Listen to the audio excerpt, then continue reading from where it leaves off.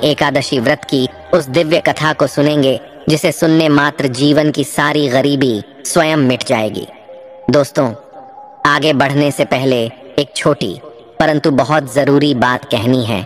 हमारे पुरातन ग्रंथों में लिखा है कि कोई भी कथा अधूरी छोड़कर मत जाया करो।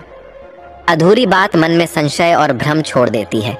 इसलिए आज की यह कथा पूरा ध्यान देकर अंत तक सुनना, क्योंकि इस कथा में छिपा एक ऐसा संदेश है जो आपके जीवन की दिशा बदल सकता है।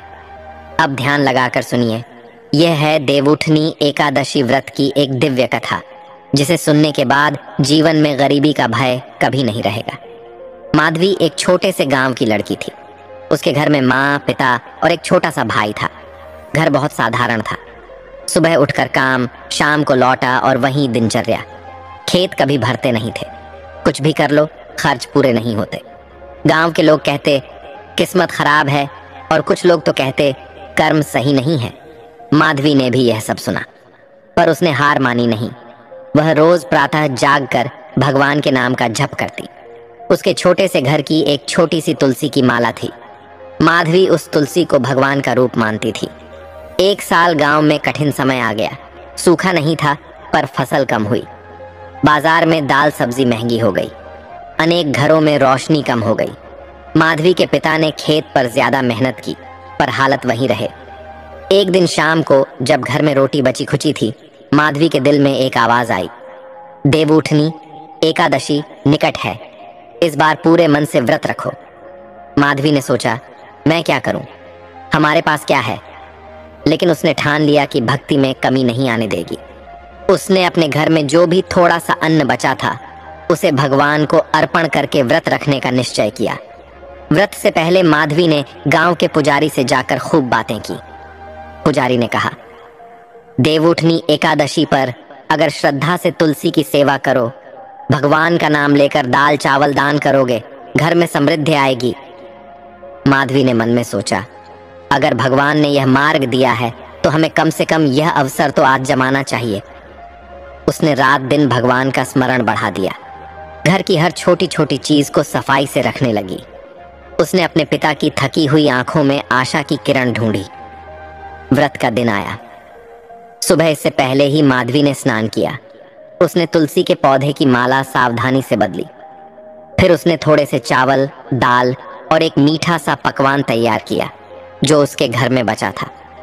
वह सब कुछ बड़े भक्तिपूर्वक पूजा के पास रखकर भगवान से विनती करने लगी, हे श्री हरि, मैं तुझ पर संसार की सारी निर्भरता त्याग कर भक्ति कर रही हूँ। अगर तूने मुझे आशीर्वाद दिया तो मैं अपने परिवार को गरीबी से निकाल लूंगी। उसके शब्द सच्चे और सरल थे। दिन भर उसने व्रत रखा और शाम को छोटे से पूजा पाठ के बाद जो भी अन्न था वह पड़ोस के मध्यम आय वाले परिवारों में बांट दिया। कोई दिखावे के लिए नहीं, सच्ची श्रद्धा से दान किया। गांव के बुजुर्गों ने देखा तो आश्चर्य हुआ।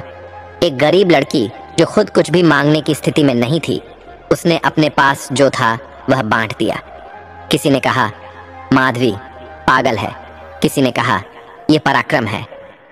पर माधवी के मन में एक अटूट विश्वास था कि जो कुछ भी दिया गया वह वापस अनेकों रूपों में लौटेगा। कुछ ही दिनों बाद एक अचंभित करने वाली घटना हुई। गांव में एक साधु आए। वे आगे बढ़कर कहने लगे कि किसी घर में सच्ची भक्ति है और उस घर पर प्रभु का विशेष आशीर्वाद है। साधु ने शहर जाकर कुछ व्यापार करने की जरूरत बताई और कहा कि उसे एक परिवार की मदद चाहिए। माधवी के पिता ने, जो हिचकिचा रहे थे, सोचा कि क्यों ना मदद की जाए। साधु ने कुछ पुराने व्यापारिक कागज दिखाए। उन कागजों में एक छोटा सा अनूठा तरीका लिखा था, जिससे हल्के निवेश पर अच्छा लाभ होने की संभावना थी। माधवी के पिता ने जो 4 पैसे थे उनसे कुछ दाना चारा बेचकर और गांव के कुछ पुरुषों की छोटी मदद से साधु के साथ शहर भेजने का निर्णय लिया। शहर में साधु ने जहां निवेश किया वहां अचानक से मांग बढ़ गई। एक छोटा सा सौदा जो पहले रुका हुआ था, लगाने वालों की संख्या बढ़ी और धीरे धीरे नतीजे सकारात्मक दिखने लगे। माधवी के पिता ने जो लाभ देखा उसने घर की हालत बदल दी। लेकिन यह सब अचानक नहीं हुआ। यह सब उस दिन के दान और सच्ची श्रद्धा का फल था। माधवी ने घर लौटकर देखा कि पिता की आंखों में अब थम गई चिंता की जगह संतोष था। माता की हंसी फिर से वापस आई। छोटे भाई की पढ़ाई के लिए कुछ पैसे मिले। घर में जो पहले रोटी मुश्किल से बनती थी, अब दाने दाने का व्यापार सुचारू हो गया। गांव वाले आश्चर्यचकित थे। किसी ने कहा भाग्य बदल गया, किसी ने कहा किस्मत ने साथ दिया, पर माधवी ने शांत होकर भगवान को धन्यवाद दिया। उसने कहा यह सब भक्ति का फल है। समय के साथ माधवी ने देखा कि सिर्फ धन ही नहीं बदला, मन भी बदल गया। पहले लोग जो ईर्ष्या और झूठ भूले थे, अब दयालु और सहयोगी बने। गांव में त्योहारों की धूम फिर आई। लोगों ने मिलकर खाने बनाए। जो किसान पहले अकेले संघर्ष कर रहे थे, वे अब समूह बनकर फसल कटाते। माधवी ने सोचा यही तो व्रत की सिद्धि है।